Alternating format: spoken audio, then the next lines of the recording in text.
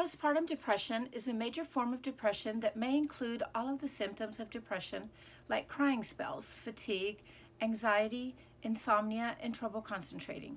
These symptoms can be mild to severe, and many psychosocial stressors may have an impact on the development of postpartum depression.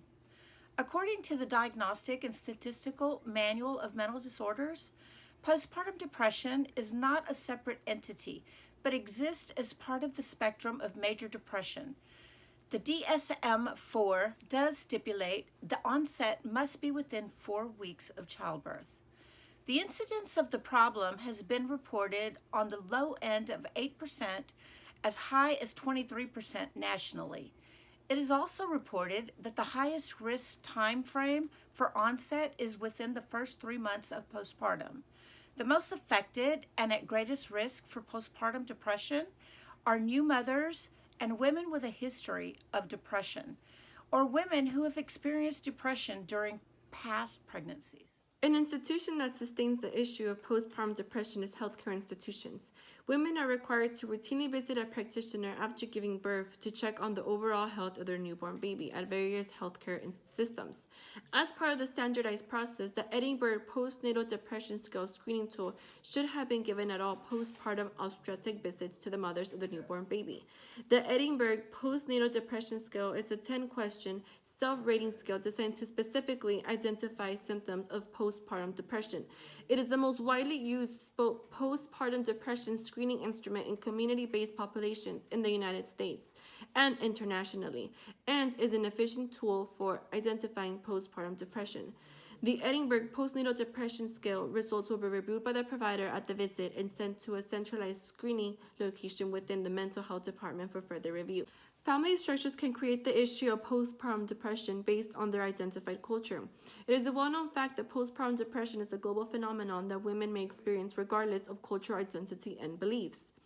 Nonetheless, families from various cultures approach mental health care differently, and the beliefs or practices practiced by people vary culture to culture.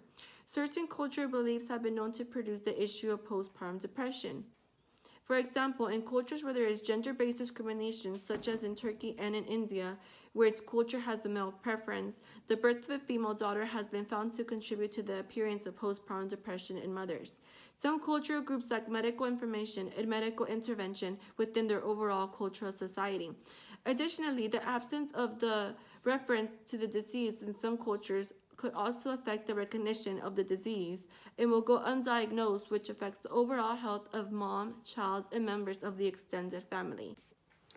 Women with unintended pregnancies who, because of restrictive state abortion laws, give birth to an unwanted child may be at a higher risk of postpartum depression.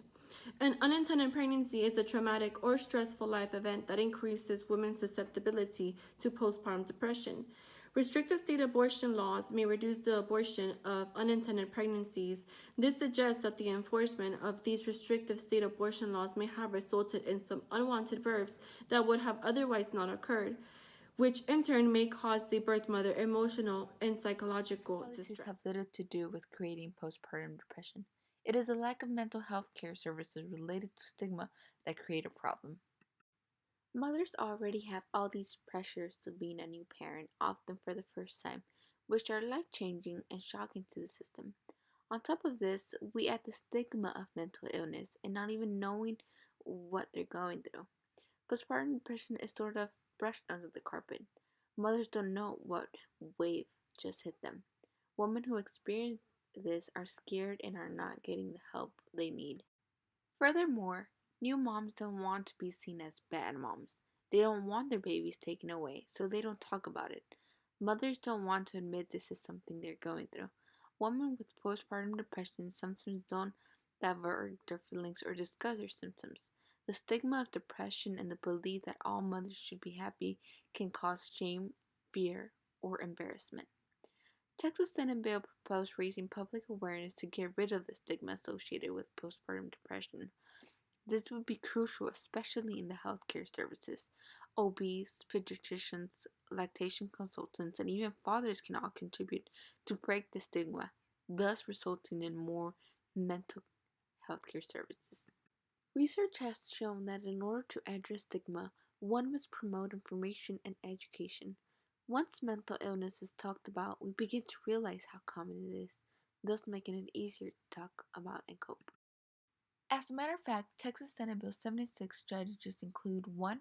Raising public awareness and reduce the stigma related to postpartum depression. 2nd, increase a woman's access to formal and informal peer support services. And 3rd, establish a referral network of community-based mental health providers and support services addressing postpartum depression. Poverty and low access to education can play an important factor in postpartum depression. Many mothers don't even know what postpartum depression is. They were never educated on the subject due to lack of access to an education, or simply thinking, I should spend my money on priorities, not accepting that our health is top priority. SB 76 will break this barrier by increasing access to peer support services and certified specialists. Laws play a role in sustaining postpartum depression, such as the Patient Protection and Affordable Care Act mandates ongoing research on postpartum depression. State Governor Greg Abbott signed Texas House Bill 2079, which claimed May will be the month dedicated to educating the public about maternal mental health and the resources available to new mothers struggling with anxiety, depression, and other conditions. In the United States, most working women are back to work soon after giving birth, with the majority not taking more than 3 months of leave. Not having maternity leave policies in America put mothers at risk for postpartum depression, considering social support benefits recovery from the emotional support given by partners. Today I'm bringing two propositions to create a positive impact in postpartum depression. My first proposition would be to educate mom and dad or whoever mom's support system is before the day of delivery. I believe it's important to educate the mom before the day of delivery because the day of delivery, once baby is delivered, mom is moved into the postpartum unit, and then you have so many things going on with mom. People going in and out, like doctors, doctor for mom, doctor for baby, hearing screen registration, nurse doing roundings every hour, family members coming in to visit you, baby crying or needing a diaper change. And at the same time that this is going on, you have the nurse trying to walk in and trying to educate the patient about what postpartum depression is. And I'm aware that moms are very tired, have so many things going on, and sometimes they're not fully awake for them to really understand what you're trying to educate them with.